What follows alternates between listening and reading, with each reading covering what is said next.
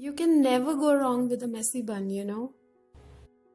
Be it your school, office, college, party or date or anything, a messy bun always looks perfect. Although it's better to go as messy as possible, but still there are some tips and tricks that I would like to share with you all to help you achieve the perfect messy bun.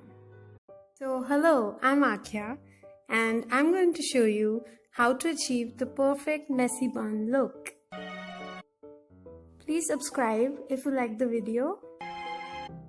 Now let's get started.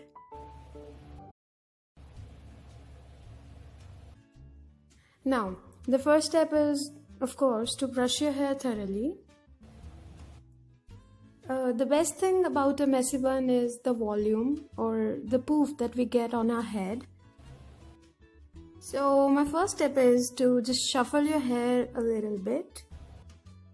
This will help you achieve that messy look. Now, teasing is completely optional, but it does help to create a lot of volume. Now, I don't like that crazy teasing using a teasing comb, so I just use my hands to kind of backcomb my hair. And then we just have to gather all our hair as if we were going to make a ponytail, a high ponytail. And at this point, you have to decide where your bun should be placed on your head. And when that's done, we just have to comb our hair very slightly since we don't want to ruin the messy look. Now the next step is to kind of hold your virtually tight pony from the end and start twisting it. And then just start placing it on your head.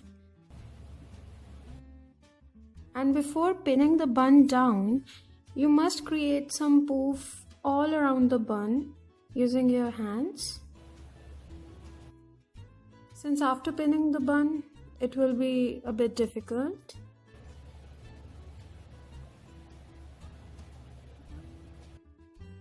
And after that's done, just start placing your bun on your head.